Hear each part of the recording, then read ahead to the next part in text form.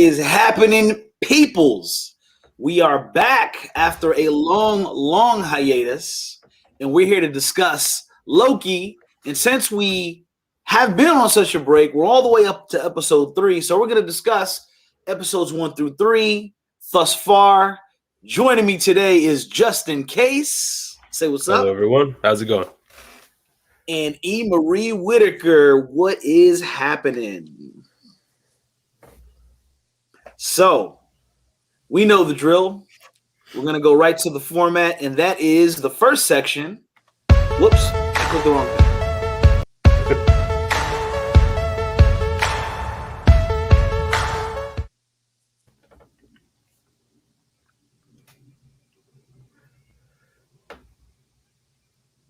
You're on mute, Riku. Oh, well, there we go. Now. All right, so first thoughts and impressions. I'll start. Starting with episode 1, I was blown away. I was like, yo, so far, this is the best Marvel series thus far. This is based off of episode 1, right? Respectfully disagree on that. Okay. Right. Well, WandaVision is still up there. So here's the thing. It is the best one so far. It's just that everyone is saying, like, in the first episode they knew it was the best one already. It took me until the second episode to kind of get there. The first episode was phenomenal, but it took me until that second one.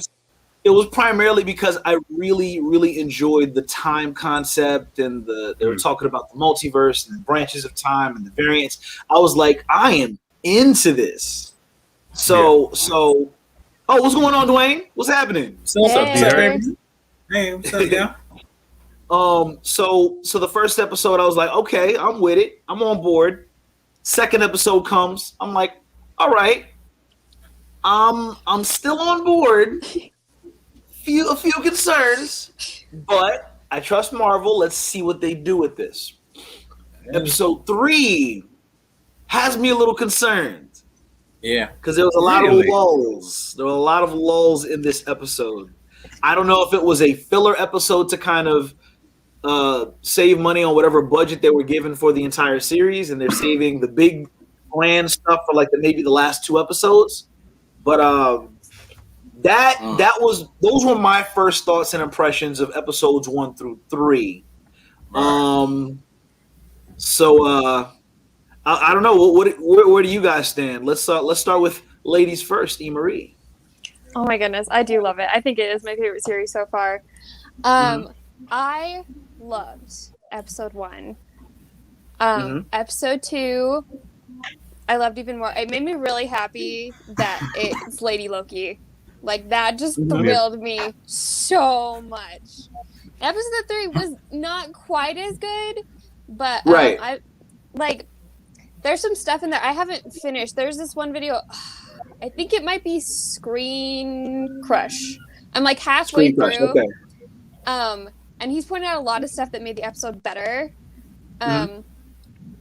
But what I heard is, well, I don't know if have you seen the interview that's been kind of floating around that they did with Tom? He said, which one? I just saw it today, so I don't know when it's from. But he said that his favorite episode is episode 4 because everything changes. Okay. Wow. So it's one of see that.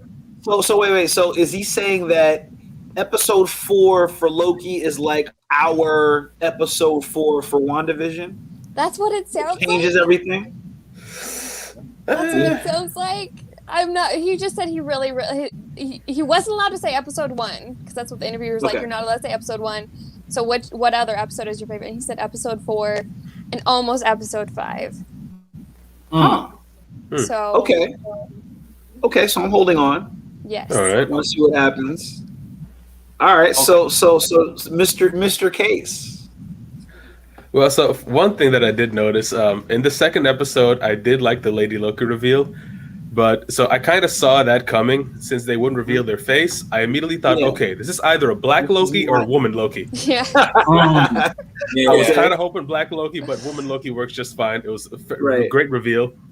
Also, I noticed every episode has a small Doctor Who reference. That was just fun to see. But yeah, so first episode, you got Pillboy from The Good Place, just like got a thing full of Infinity Stones, and I was like, wait a minute. So Tony Stark died for nothing. What's going on here? That kind of like, slightly irked me because I was yeah, like, it all that almost stuff, feels- 10 years all of that is films, minimized. Yeah. 10 years of films, and then now we're just like, oh yeah, Infinity Stones are useless here. We don't care. Well, you know what? I think on one end, on the negative side, it sort of minimizes all the stuff that's led up to this point. But at the same time, on the positive side, it's kind of showing how much higher the stakes are becoming. To say that, all this time you thought the Infinity Stones was a big deal, and we're using it as paperweights because we have something bigger than this. Oh, That's how I took it. Oh, I like that. True. Yeah. Be nice. I mean, yeah, and also, Owen Wilson's always a win. Owen Wilson. Mhm. Love Owen Wilson. Funny. I'm still waiting for him. effortless. I'm still waiting for him to say his signature. Wow. Yep. But Yeah. odds are you not. know it's coming. You know know it's it's- coming. Somewhere. At least I hope it's coming. It's probably gonna be like the last episode. Some shit's gonna go down. Like the last 5 minutes is gonna look up. Wow. So, but Man. yeah, the show so far. The show is amazing. That first episode really got me hooked real quick. The whole TVA thing is a good concept, but Yeah. like I said, it kind of it makes me think about the upcoming films like the Black Panther 2, Shang-Chi, and all that stuff. And I'm like, okay, so all this stuff is just supposed to happen, and whatever happens from now on, it's part of the divine timeline or the sacred timeline. And I was like, okay, that's kind of slightly cheapens it, but at the same time, I like how they went. But at the same time, you see how Loki kind of brought everything out of the way from that. So who knows? Yeah. Maybe that'll be a continuation of that. So I don't know. They did a good job of at least breaking that up a bit. They did. So you guys are saying that this episode wasn't that good. I kind of disagree. It was kind of nice to see the two Lokis from different universe kind of bonding because it humanizes them in a way, especially the new Loki who we haven't gotten to know yet. I'm not gonna lie.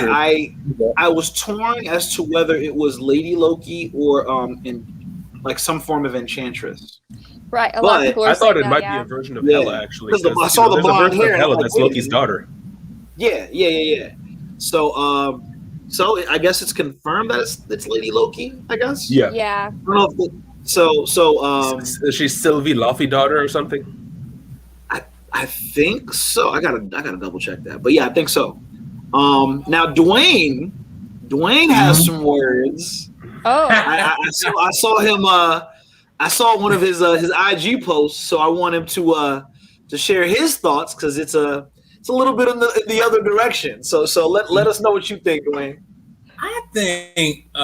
See, the problem is, I like the first episode. The first episode was good. It was interesting. Yeah. I let it slide. Right. Right. Okay, this is good. This is going to lead into, Doctor Strange and maybe the Spider-Man movie.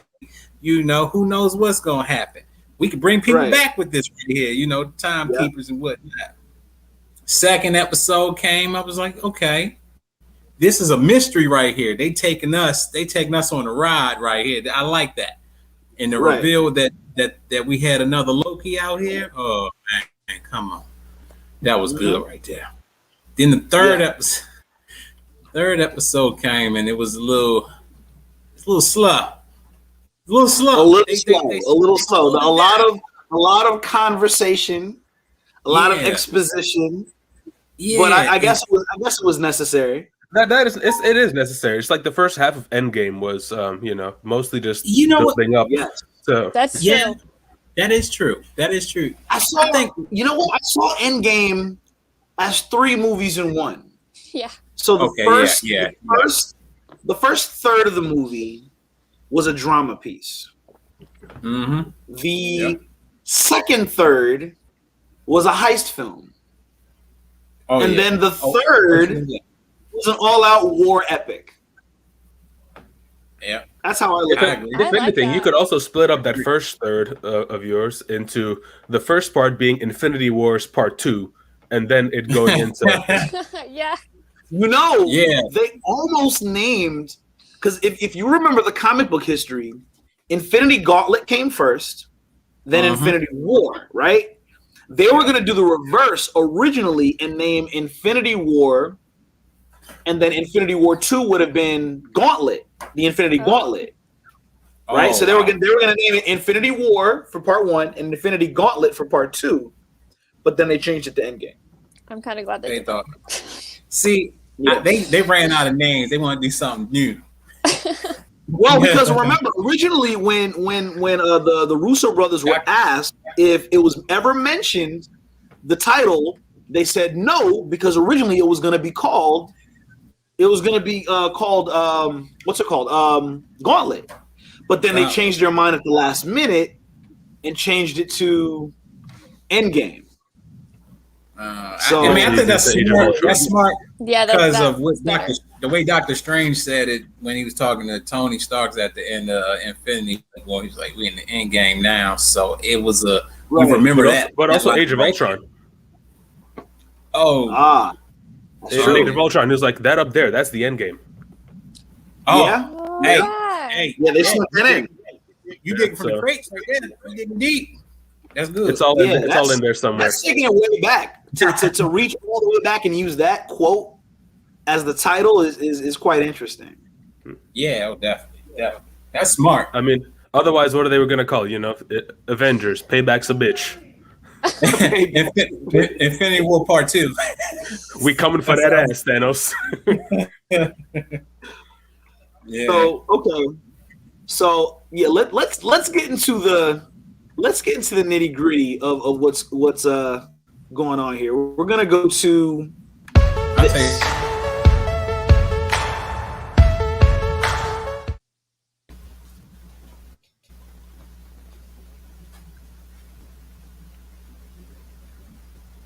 Okay. It froze a little bit. Was it just me? You was muted for a minute. Did it freeze or did it play all the way through? Yeah, every time you do one of those transitions, you end up being muted for a couple seconds afterward. Yeah, right. But the video, the video that I played in between, does it play all the way through or? Yeah, it was like the norm. It was the norm. Okay, because for me it just freezes. But okay, as long as everybody else sees what it's supposed to look like, then I'm there. The Wi-Fi, the internet is weird. Yeah, it's weird. But specific moments and observations for episodes 1, 2, and 3. What are some standouts for you guys? Starting with reverse order, Dwayne. Okay, a standout. Okay, now this is where I have a lot of questions at because this is what threw me off with episode 3. So you remember the scene where the Loki and She-Loki was at they finally got on the ship. You know what I'm saying? Because they was trying to get energy for the joint. But this is where the problem I had. I don't think it's a problem, but it threw me off. When she was like, they had good chemistry. They were kind of flirting here and there, getting to know each other. And she asked the question, she was like, I'm pretty sure you have a lot of princes or prince. I was just going to get to that. Yes. And I was like this. He was fluid. Yeah, and that one instance they made Loki bi just like that. Yeah, he was like, I rewinded it. A little bit of both. I rewinded it. I rewinded it. I was like, I was sleepy, but come on, is this? Dwayne. To be fair, Loki is a shapeshifter. He can turn himself into a woman at will. So he could. I'm imagining Dwayne sitting in front of the television, hearing him say that, and him going.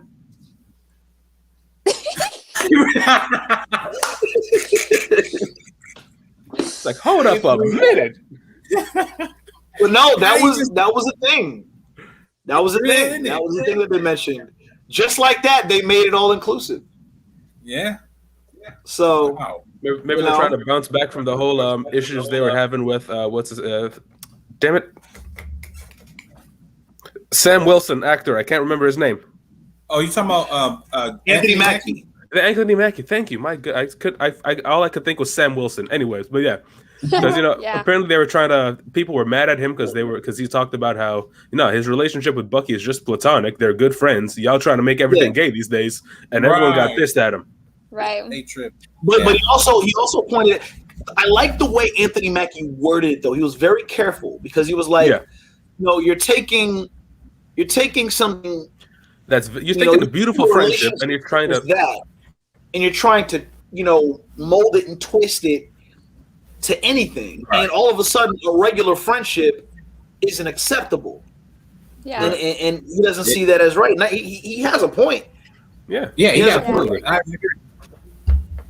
Yeah. I just don't like the way they. I don't like. I'm not saying that the character can't be that, but I don't like how after all this time that we've been watching this character, the afterthought. Yeah, I mean, not necessarily, because things like romantic type things have never really been in the forefront for the Loki character. So true. It's not really something that came out of left field, because at no point did we really see him have any sort of love interest throughout the story. But at the same time, when you're watching a show like this, you could sometimes get the feeling that something was kind of shoehorned in. Yeah, right. You're like, okay, well, he's having a conversation about relationships. Let's sneak this in so we can have the inclusivity happen and be like, hey, he's this, yes. You know what I mean? Yeah. Because it almost feels like it wasn't a part of the original script, and they made adjustments. No, there's a good chance that it wasn't. No, it most likely wasn't. So I feel like I'm okay with those types of relationships and identities, as long as it doesn't feel forced. If it's an integral part of the character, yes, cool. But don't put it in there just for the sake of having inclusive exactly. It's like how they did it with Deadpool, for example. With Deadpool, it was done very normally, very casually. Yeah, definitely. But I remember that scene distinctively, Dwayne. I was like, huh? I didn't rewind it. Just finished watching it. Yeah. I didn't rewind it like you did, but I caught it and I'm like, he just. Oh, you sly dogs! You sly dogs! Yeah, Marvel. My immediate thought was like, I can see that. Yeah, it caught me off. So I thought that was interesting. Any other standout moments for you, Dwayne? What was it? You know what? I do have another. It's another standout moment. I feel like Owen Wilson's character. I feel like his character is not who he perceives to be. Like, I feel like his character is really from 1990. What did he say? He was on a beach, 1996 or something like that. Okay. I feel like the time people came and got him from 1996, brainwashed him. The time. Yeah. The time lizards. Trademark that bitch. I know, right? That does make sense, especially after what they revealed in this past episode. Mm-hmm. Yeah. One of the shows that I usually watch, anytime I watch a Marvel series or a Marvel movie or anything like that, one of the first channels I go to is New Rockstars, because they have this thing where, like, all the things that you missed watching such and such an episode. So I watched it. Were you aware that Mobius is the name of the type of Oh yeah. Yes. timeline that Tony Stark mentioned in. Yeah. Could there be a connection that could be named after him? No. So Mobius is actually what you're referring to is a Mobius strip. It's where it's like an old scientist joke. Why did the chicken cross the Mobius strip to get to the same side? Yeah, it's circular. It's a circular time thing. Yeah. So yeah, it's like the chicken and the egg type situation. Because then on one side, somebody could be like, "Well, the chicken had to come from the egg," and then another person goes, "Well, where'd that egg come from? Another chicken." So it's like a whole circular argument. But I think it would be really clever if somehow, some way, the Mobius strip is named after that Mobius, because we're not really 100% sure where in the timeline he's from. But it would make sense. He's actually a lot older than we think. True, but it does make a lot of sense that he could be from like the 90s there, because of his obsession with jet skis, actually. Because think like how they like after this last episode, how they revealed how that time agent who got kidnapped, she was a regular Earth woman. She was obsessed with margaritas and what have you. Mm-hmm. Yeah. So it makes sense that that's part of his Earth life, and that's just what's stuck in his subconscious. Mm-hmm. Like he forgot his own life and everything, but he remembered his love for jet skis. So that's true. I mean, for God's sake, his first and last name is Mobius. He's Mobius M. Mobius. I'm assuming his middle I name didn't catch that. is Mobius. well, So- it's M, so it could be motherfucking. I think it would probably abbreviate it though. It'd be like MTHRM. Because Marvel wouldn't blatantly throw the F word in there. So, Fair enough. but yeah, no, I think that was for me the standout moments. All were in episode 1 because of the world building and the explanation of how everything worked. In that short amount of time, I got buttloads of information in an extremely fun way. Right, and it all made sense. Like within the It first did. 15 minutes, Yeah, they they did throw a good job. information at you, and everything you're just like, okay, I follow this. I was like, okay, I get it. It's not like a Christopher Nolan film where you have to watch it 4 times to understand what's happening. Yeah. Because I'll tell you what, I saw Inception in theaters with you, and I still don't know what the hell's going on at the end. man. So I never understood that. Inception took me about 4 watches. Tenet took me about 3. Yeah, I Because confused. I only watched it once, but I'm confused. Tenet. Yeah, I watched it one time. Christopher Nolan has a habit of creating movies that are a little bit more enjoyable if you watch it again, because he throws things in there that you understand the meaning of the second time you watch it. Especially when it comes to Tenet, because there's a couple of things that happen in Tenet that come full circle that when you watch it the second time and you see that, a couple of those things happen, you're like, so that's why she, and that's why and he was, like that's the impression you get when you watch a Christopher Nolan film. With this, it was like they I don't want to say they treated me like I was stupid, but they put it in layman's terms in such a way that I didn't have to kill myself thinking too hard. I was like, okay, okay, I get it, Marvel. Thank you for that information. Let's move forward. I didn't have to rewind anything. I was like, okay, that makes sense. Okay, variants, multiverses. And then when they did anybody like let out a small satisfying scream when they said madness? Yes. Multiverse. So happy. I was like, Yeah, you I slime dogs, you. I see what you're doing. I just gave him one of these. Okay, nice. Mhm. I like it. Yeah. It's like they're sprinkling. They're subliminally sprinkling things to lead you into Doctor Strange. Yeah. Just little sprinkles of Marvel crack. Yeah. Marvel. So, but now this also makes things interesting for Spider-Man now, because think about it. Now they've introduced the concept of variants. Are we not putting 2 and 2 together with the Spider-Man universe? Yep. I didn't think of that. The different Okay. variants, the different Spider-Men could be variants. Son of a bitch.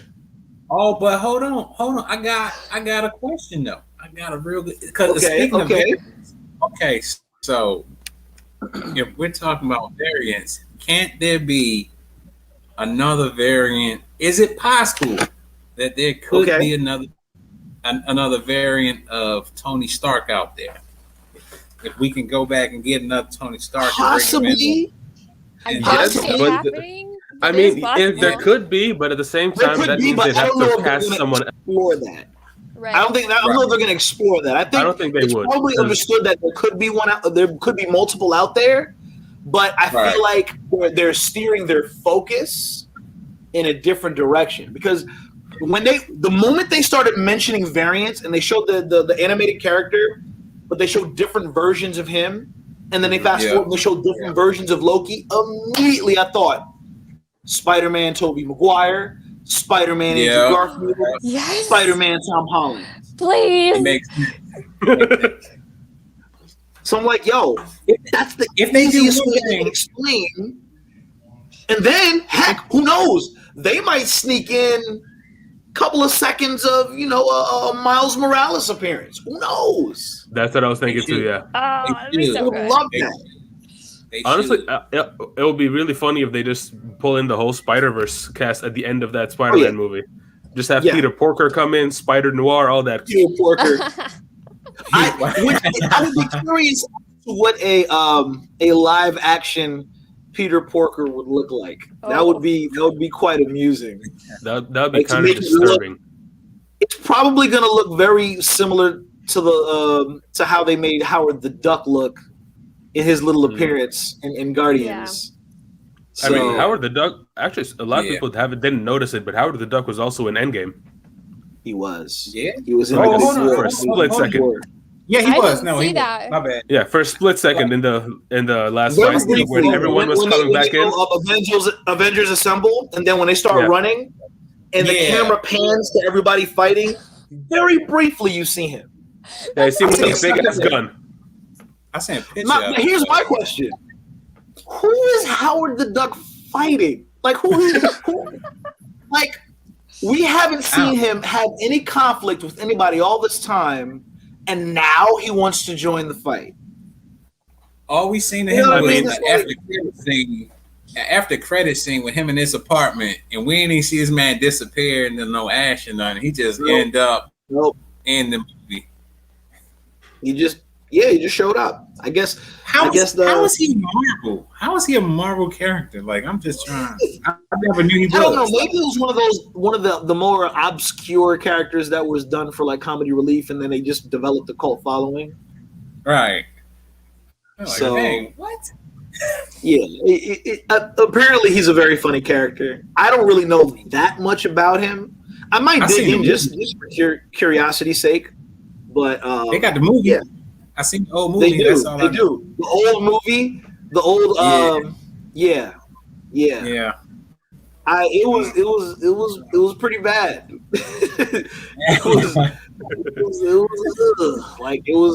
That was a dark period in Marvel's time where they were super desperate to get some stuff out, and it just nothing was hitting. And that's when had it not been for Blade, then Marvel wouldn't be where it is. Blade brought Marvel back on track because now they're like, okay, you could make a legit comic movie that could be taken seriously. So Blade opened the door for X-Men, X-Men opened the door for Spider-Man, and the rest is history. And then they kind of pushed it with Fantastic Four, but then they picked it up again with Iron Man. Oh god, I have a love-hate relationship. I have a love-hate relationship with the original Fantastic Four movie. It was entertaining, but it was also just ridiculous. It didn't represent Fantastic Four. Yeah. It did not. I was very upset the way they had Silver Surfer represented. Because I'm like, this dude right here is probably one of the top 10 most powerful characters in the entire Marvel universe, and you're gonna make him powerless if he loses his board, make him turn gray. Yeah, I ain't like that. That was dumb. It's like so he loses his board and now he's all rusting, or what the hell's going on here? Why is he rusting? Yeah, that was dumb. I ain't like that. Does he look like a bitch? He has the power. He has the power cosmic. And here you are making him rust to be like, my board. And Dr. Doom, what the heck is Dr. Now watch some Doom TV on my abs. Board for? It got me so upset because Dr. Doom, in terms of his knowledge and intellect, is maybe on the same lines, if not more, of a Marvel alternative of Lex Luthor. And he could create... Yeah, probably more. He's not even some rich CEO dude. He runs the whole country. Of Latveria, yes. So, like, this dude can build anything he possibly wants. Like the only thing they got He wants accurate to was that Reed steal- Richards is smarter, but that's it. Right. But he wants to steal Silver Surfer's board, as if the Silver Surfer would let that happen. Right. That's, Yeah. Yeah, that was just sad. Let's not even talk about the other one. Oh no! That other one doesn't even count. The only good thing to come out of that is I've erased that from my memory. the only good thing to come out of that is that Michael B. Jordan got his first shot and then got his second shot in the MCU. Yes, right. That is one thing though. If you play the Human Torch, apparently you're going to get a second shot in the MCU. That's true. Yeah. Everybody who played that character, Chris Evans. Chris Evans got Captain America, and now Michael B. Jordan's probably going to be the next Black Panther. From what? Maybe. That's what I'm hearing. We'll see. Yeah, that's what I'm hearing. He might get a redemption storyline. Yeah. So we'll see. And of course, it's been official. They casted Namor. Yes. Who got cast for that? So that's gonna be some. I forgot the dude's name, but they casted it. That's the important thing. I think he's like some. He's supposed to be representing the Hispanic community. It's like they're kind of going in the direction of like a part of the Mayans country that went underwater. So I guess we'll get more details down the line, but I think it's really interesting. We'll see. Now, did you, Justin, have some standout moments within episodes 1, 2, and 3? Oh, right, because we were talking about Loki initially. Yeah. Of course. But yeah, it turned into a regular Marvel discussion. I mean, this is what happens every time, so you know. Mm-hmm. But yes, so I really did like how they were talking about their moms, because that's of all of Loki's flaws. One of his most redeeming factors is his relationship with Frigga. They were always really tight, and he may have hated Thor. He didn't, but he pretended to. He pretended to hate Odin, but he never once let Frigga think that he hated her. Oh no, that dude was a mama's boy, and everybody knew it. In a good way, though. Yeah, that was a very nice moment. And it was really nice how they were talking about. He was showing him his magic and everything. So, also, it was just funny how to have that scene where he was drunk and he goes, "Another!" Yes, that was that was a very nice callback. So, small things like that. But also... Yeah, they're really smart. But one thing that that stood out to me was the boss lady character, the one above Owen Wilson, the one above Mobius. I feel like she seems like she's not very forthcoming about something. So I feel like there's more to her than meets the eye. There's a lot more to her than meets the eye. And this last episode confirmed that. Because after the second episode, I was already thinking, okay, I think the timekeepers aren't real, at least not in the TVA. And I think she is where the buck stops. I think she is the head honcho of the TVA. Really? She's really in charge, but she's making it seem like everybody else, so she has no accountability. Precisely. Yeah. So she makes it seem like there's someone else in charge above her, but she's where it stops. It's kind of in a Snowpiercer type of way, Makes it seem like there's some other thing going on, but it's really just her. Yeah. The whole time they in the Matrix. They in the Matrix the whole time. It's like a Wizard of Oz type of thing. Like I feel I got that. I was thinking that. This show. Like somebody's pulling the strings, but you don't really know who's really behind it. They create some type of entity to make you think that's the person in charge when really she's in charge. Right. Yeah. I wouldn't be surprised, especially since we just discussed it. E-Marie, what about you? Okay. One, it makes me really sad that he thinks Thor's dead, because that's just depressing. True. And he thinks he's dead because he saw him die. Yeah. Shit, I didn't even think of that. That's a good point. Oh, that's good. He's seen it after the destruction of the ship. He doesn't. Oh yeah, he doesn't know Thor's still alive. No, he doesn't. And damn! I didn't even think of that. He saw himself get killed. and then the ship is destroyed. He doesn't know that the Guardians found him floating in space. But that made it even sadder, actually, because that shows that he didn't die when Thanos snapped his neck. He was still alive after that. So the last thing he remembers that he felt was his brother coming over to him, and that broke my heart. Yeah, and the fact that he broke down and he was vulnerable for a minute and was like, "Look, I really don't like doing these things, but it's something that I have to do because it's part of, I guess, the illusion to strike fear into people so that he can get that, I guess, exaltation he's seeking." Yeah. So I think it's really, really interesting. That flashback thing in the first episode was good though, where he was like, "Do you enjoy hurting people?" Like, no. No. Oh, really? Yeah. Took out the guy's eye in the first Avengers. I'm like, oh, you look like you were enjoying that. You kind of were enjoying that. Mm-hmm. Yo, tell me why. Almost like you got a sick sexual thrill out of that one. That one scene where they revealed him to be DB Cooper made me actually research DB. Same. So the first time I heard about DB Cooper was in that Without a Paddle movie. Mm-hmm. I thought that was, and then when they showed him being it, I just thought, you know what, that's just perfect. Yeah. Because they explain, because in real life they really don't know where he went. Right. Yeah. So to this day, nobody knows where he went. What happened to him? Yeah. You know what's messed up? Before Marie finished her joint, well, she brought up like a great thing when he was watching himself go through all these moments that he really don't remember. You know what I'm saying? The last thing he really remembered is like the first Avengers. Is from the very first Avengers. Right. And this isn't even the same Loki. That all that other stuff was his other self. Right. Or other variants. Right. And I forgot to mention that, but that's a good one. Yeah, and that's a great way to start the show because it shows that the Loki in this show is not, our Loki, because the Loki that we are familiar with is the one who was in Ragnarok, the one who was in Infinity War. It's not the same guy. No, it's not. This is the guy who tried to wreck New York in 2012. Yep. Yep. With no type of remorse.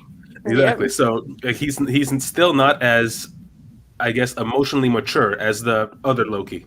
No. Yeah. But it's almost like these events that he's going through right now is kind of fast tracking that. Yeah, it really for sure. is, yeah. So it's kind of like he catches up. Just watching the timeline and seeing the events unfold, it's like he's brought up to speed. Yeah. Yeah. So okay. E-Marie, did you have any more standout moments? Well, I was gonna ask, when in episode 3, when Loki casually just pushed the building back up to standing, do you think that was him, or do you think that was him with a time stone? Because everyone's debating right now. I was wondering that too, because if he was able to just ask that question too, I just saw that too, and I was thinking that because if he was able to just redo that whole thing, why couldn't he do that for the remote thing? Right. So why couldn't he fight the people to really? He was getting his ass whipped the whole. It's possible that he stole the time stone. Actually, yeah. There's debate that he has a time stone. The only reason that I may kind of somewhat be against it is because when he had that realization at that moment when he saw all the stones and the other guy was just explaining it like it was just a couple of rocks. Right. I felt like at that moment he realized that there were things bigger and more powerful than these measly stones. So let me go after that and let me just forget these stones because they're meaningless now.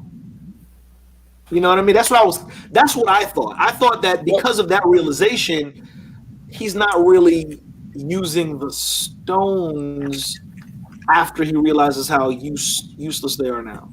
Well, yes and no, because you could also think about it like he realizes how useless the stones are, sure, but at the same time, he could also steal a bunch of stones and no one would ever know that he has them because there's so many of them just lying around.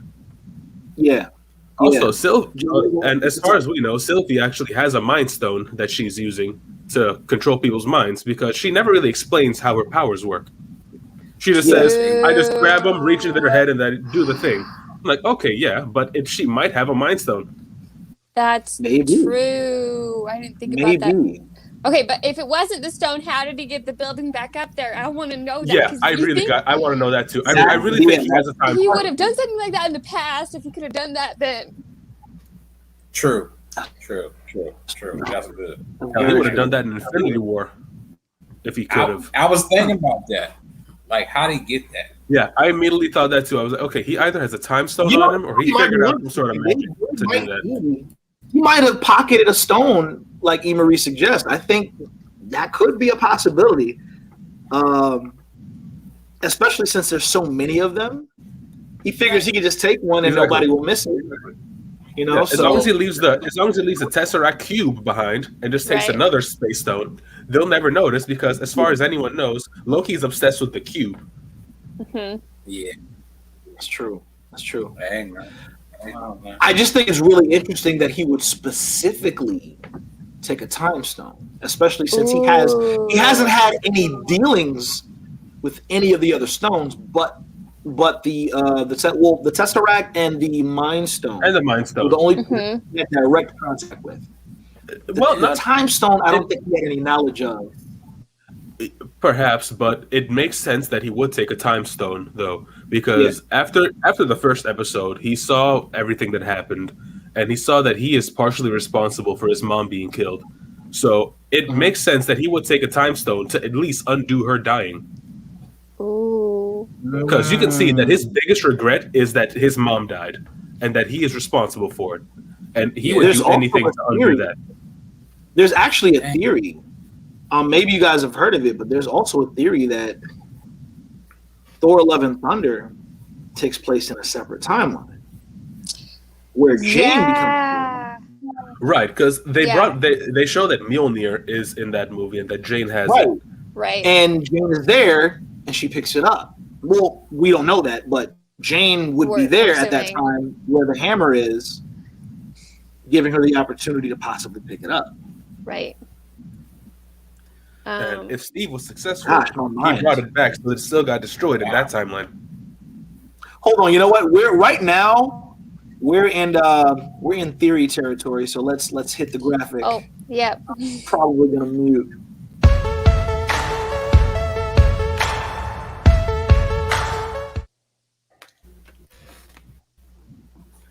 Also, please forgive all my coughing. I'm still coming back from a really bad cold.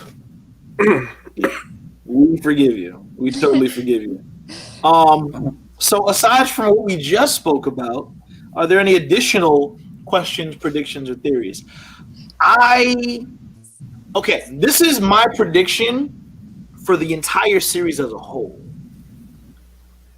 As Marvel fans, we like looking back at old projects and pointing out things and saying, oh, this is a plot hole, and oh, this doesn't matter, that doesn't matter, oh, this was cool, that was cool. Loki was probably created by Marvel Studios to single-handedly fix every little criticism Marvel fans have had. And they could do it in a fun way by Loki jumping in a timeline and fixing something, or jumping in a timeline and explaining why this was like that when things are completely different now. They could explain why the Agents of S.H.I.E.L.D. timeline doesn't matter. They could explain where, Daredevil and Punisher and the Defenders have gone, and that they could explain all that and why it's not it's in the main timeline continuity. They could single-handedly clean all that up. Yes. Man, I guess that makes sense. Who knows what it was? Yeah. Not to mention, think about it.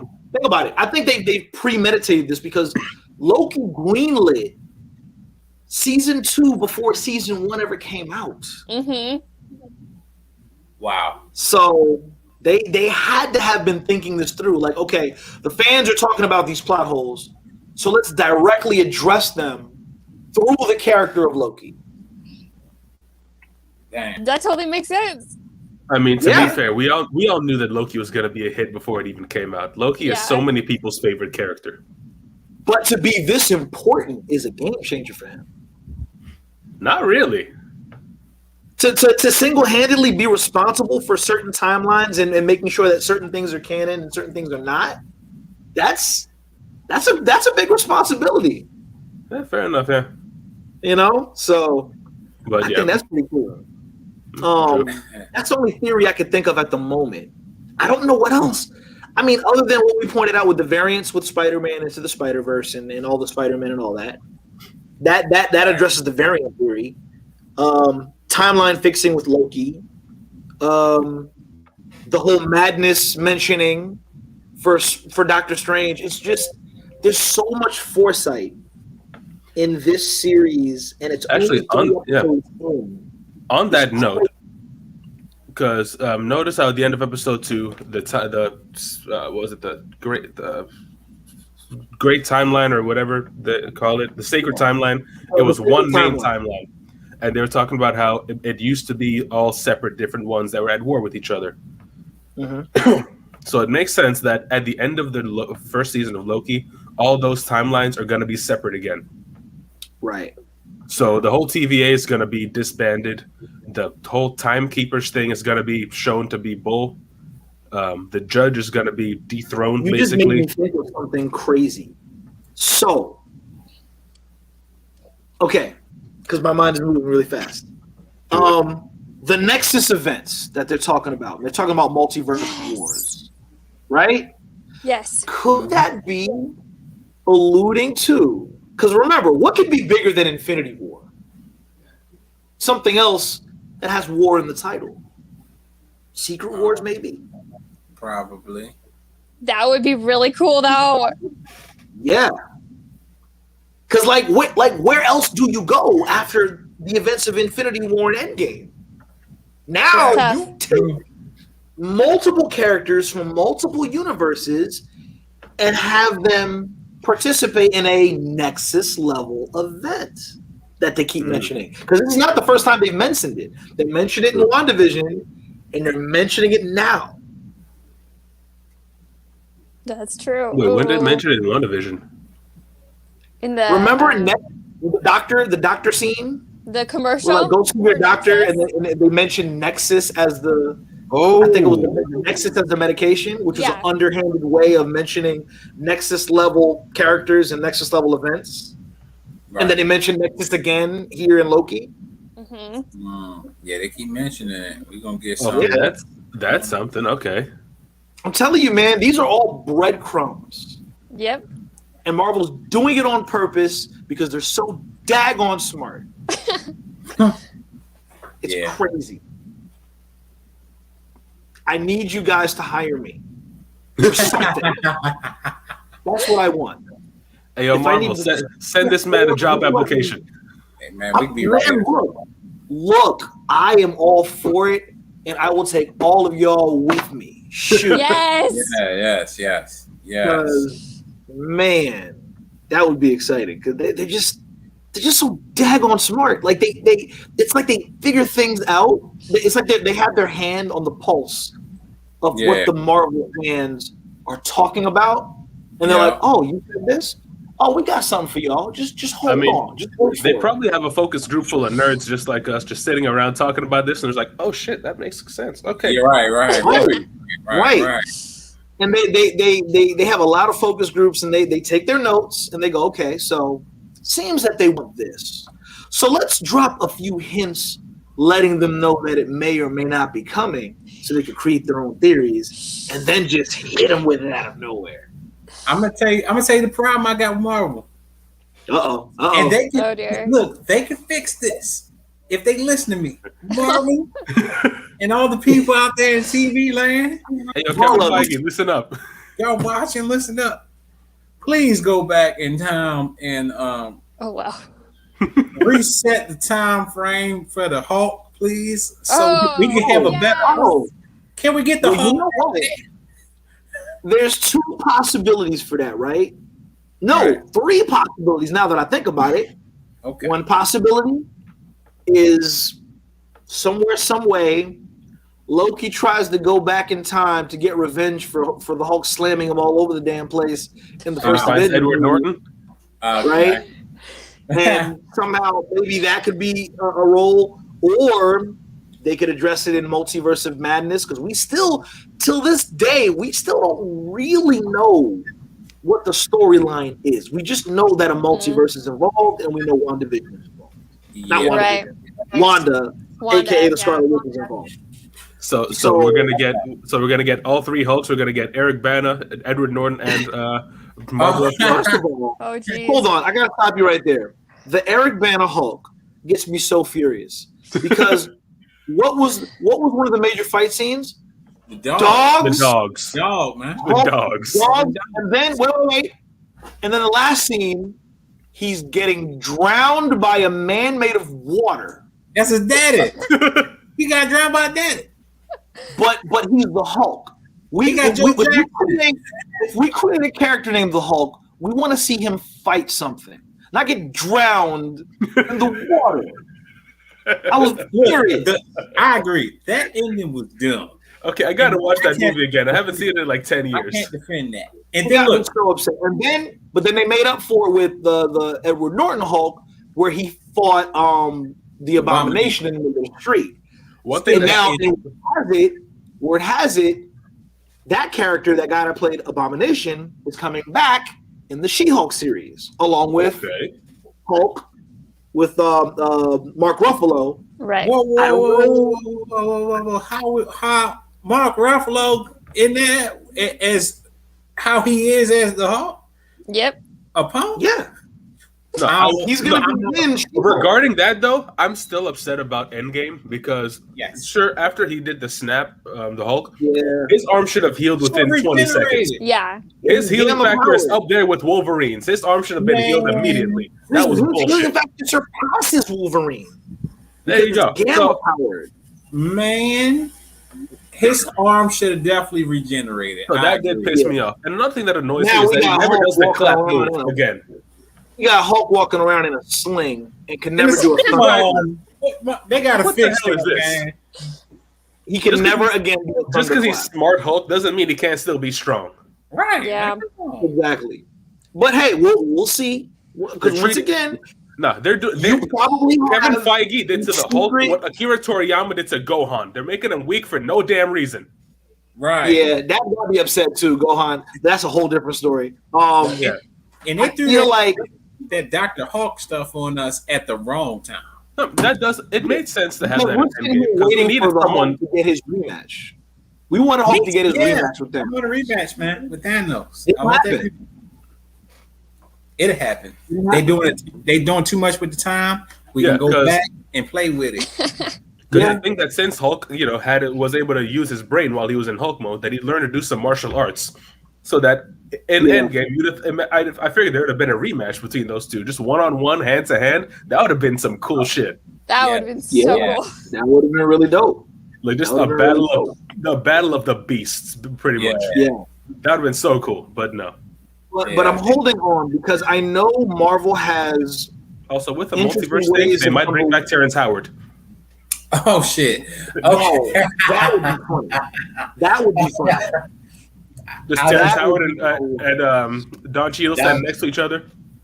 You look familiar. Okay, yeah, that's gonna be really wild. That would just be next time, baby. Were you gonna do this next time, baby? And there was no next time. Oh man! No, that's a good one right there.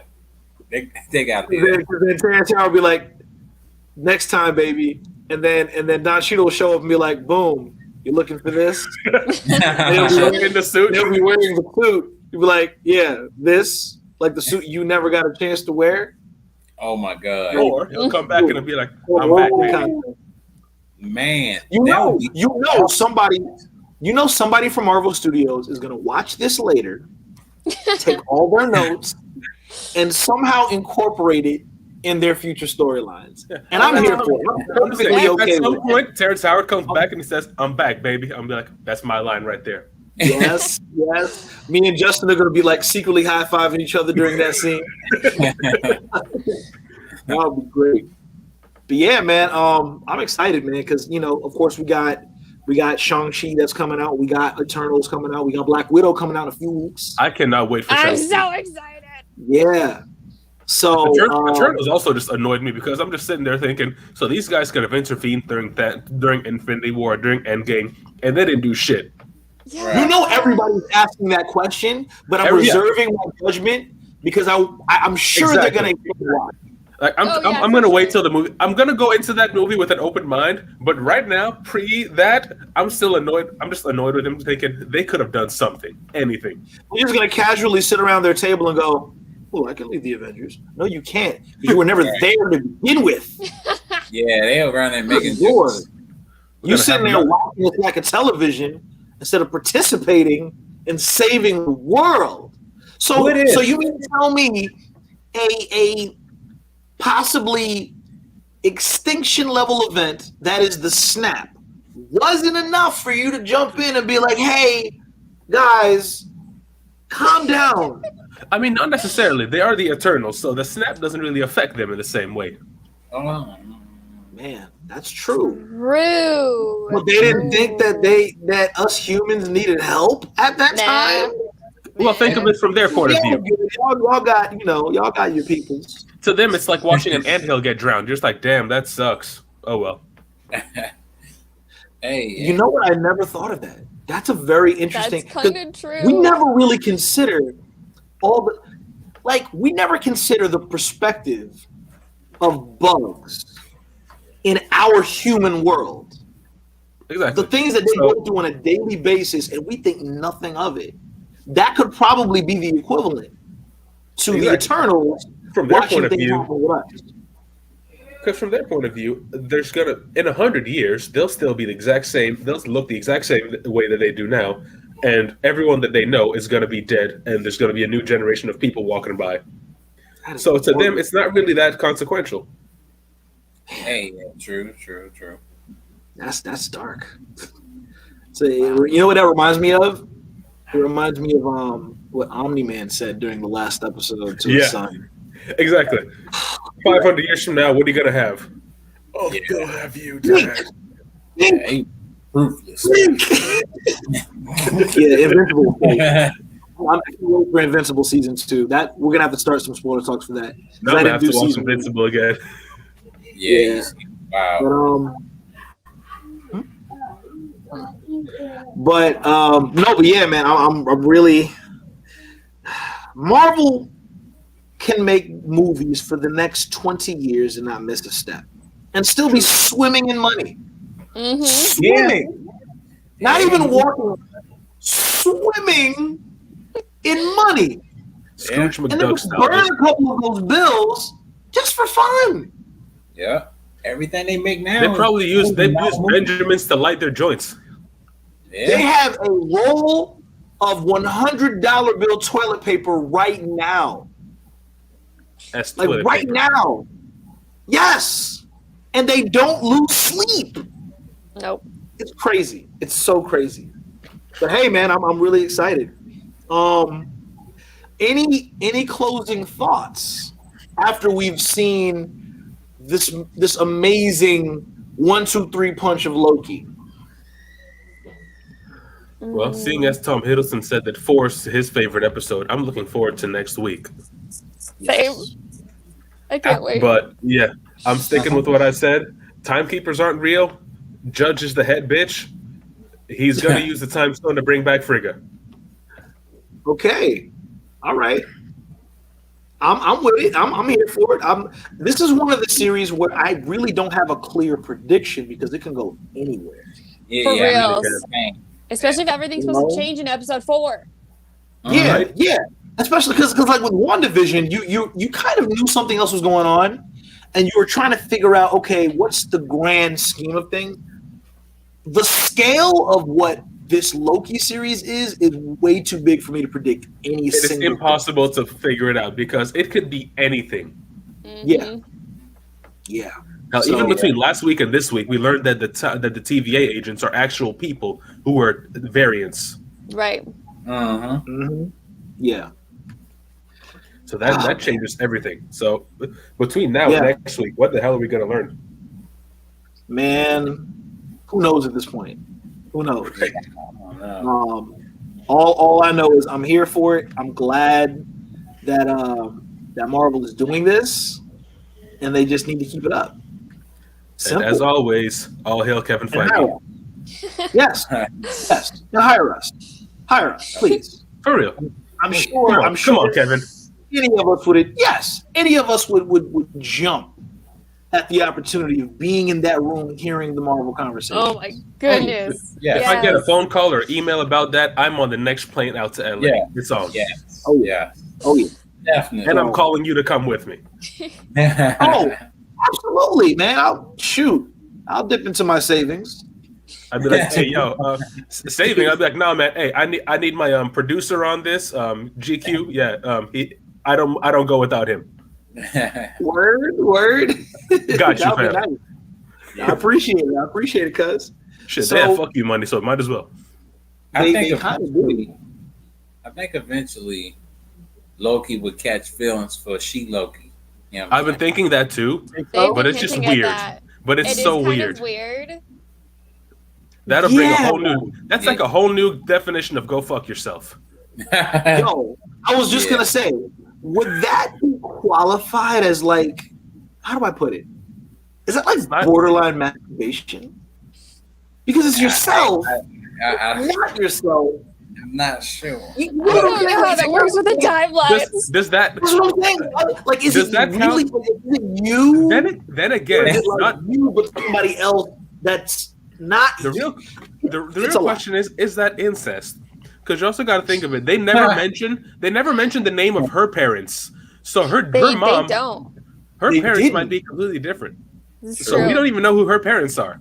So you're saying because of that, it's okay? No, not at all. It's effed up completely. Wrong? But what I'm thinking is because she is Sylvie Laufey daughter. He's Loki Odin's son. He's Laufey's kid, but he was raised by Odin. She might be from Asgard, but raised by the Frost Giants. It might be a reversal. Oh, yeah. Ooh. But then you have a stepsister thing going on, which is still effed up, but significantly less so. It's less weird. It's less weird. Okay, it's less Cersei and Jaime Lannister, and a bit more. That's still pretty fucked up. It's like it's gross, but it's not as gross as what it could be. Also, one thing that somebody pointed out a while back, actually, I forgot to mention this, is magic doesn't work in the TVA, apparently. Like, Loki's magic doesn't work there. Yeah. So how is he not turning blue? Because he's actually a blue frost giant. Yeah. He is a frost giant, so he should be turning blue when he's at the TVA. They must have forgot that part. I feel like they did. True. Either they forgot that part, and then somehow, some way, in a later episode, he explains why. And that's why. You're 100% right. Another reason I think that the TVA is all bogus. They're probably just projecting that onto their non-magic stuff onto him, which is why they don't know that he's supposed to be blue. Which is why he doesn't appear to be that way. Ooh, that's a good thought. Yeah. Wow. Now my head hurts. Yeah. As far as anyone knows, Loki's a white boy. So that's true. Yeah. Yeah. Wow, that's good. Oh Lord, that messed me up. Okay. I thought about that because sorry to do that to you, cuz that doesn't work. Yeah, that's right. He should be blue because he's been using his magic all that time to maintain that image. Right. They even showed in the first Thor movie when Odin picked him up. He just looked at Odin and mimicked that with his own sort of magic. Yeah. So he's actually blue. He's supposed to be a frost giant. Yeah. He's a Smurf. Which is something I noticed also in the very first episode. I saw something similar when that little kid pointed at the devil thing. Yeah, I thought of that and was like, that looks kind of like a red frost giant, which is why I thought that the variant was Loki. Oh, man, that's good. Dang. So maybe in that universe, frost giants are red instead of blue. This is a mind-blowing way to close this spoiler talk. Yes. Because now I'm going to lose sleep. Well, then it's your turn to look after the baby. Yeah, I know. Like, I'm gonna be sitting there, and my son's gonna be like smacking me, like, "Hey, where's my food?" And I'm gonna be sitting there like, "He's supposed to be blue." Art, don't you get this, baby? Son, he's supposed to be blue. Oh man! All right, so I'm definitely looking forward to spoiler talk for next week because Same. Oh, absolutely. Yeah, I gotta see what episode 4 is about. The whole big change that Marie mentioned. Right? We gotta see it. Because we've had a lot of stuff thrown at us over the last 3 weeks. If next week is the big hit, then damn. Hey, I'm looking forward to it, man. I have no feelings about how episode 3 ended. It was very abrupt. Yep. Yeah, that is It true. was. They did cut it off. I really thought there was going to be more to episode 3. Mm-hmm. Yeah. I was mad when it ended. Oh no, Dwayne was furious. Dwayne has a tendency to voice his opinions if he feels extremely strong about something. And he's like, look, I'm so upset, the whole world is going to know exactly what I'm upset about. So, you want to know why I'm mad today? Check out my story. We can talk later. Like, that's the impression I get. Yeah. I was like, oh, man, Dwayne's mad. We got to talk about it. Yeah, I was mad, so, man. But hopefully episode 4 makes up for it. So, what I'm hearing, it's going to. I hope so. All right. Well, this has been a good talk. This has been a really good talk. We will be back. I miss doing this, man. Yeah, man. Yeah, it's been a minute. You know, work has been a little hectic, but I've kind of found my momentum. So now I know what time slots I could do things. Nice. Right. So we could be in good shape. Yeah, it's also kind of thrown me off just because they do it on Wednesdays instead of Fridays now. Yeah. That threw me off too. Yeah. Because I feel like if I do a spoiler talk on Saturday, it's like we're waiting way too late. Yeah. Everyone, it's not even a spoiler anymore. At that point, everyone's seen it. Exactly. Yeah. It's public domain at that point. So, but yeah, man. Hey, listen, we're gonna be back. Maybe not the same exact time. Maybe around 8:30ish. 8:30ish. We'll figure it out. Yeah, true. Within the 8 o'clock hour is what we're shooting for. Cool. But yes, everybody, if you've been watching and you enjoyed it, make sure you like, subscribe, and share. Join us next week for a hopefully jaw-dropping episode 4. Justin, I'm pointing in the wrong direction. Justin Pace, Dwayne Hurt, where'd she go? Well, that's okay, because she'll be back next week. We will all be back, and hopefully next week we can get Shamoon up in here. Yeah, I was wondering what his take would be on this too. Yeah. What you ask Shamoon? He always throws some stuff out there, man. Hey, hold on, Shamoon, you all up in the DMs talking that. You know? Like, oh, Shamoon, we miss you, homie. Are we doing spoiler talk today? Now we here, and Shamoon just MIA. It's all good though. It's all good. Hopefully we get to see Shamoon next week along with some other faces. Yeah. But until next time. Everybody that enjoyed this, y'all be easy. We will see you next week.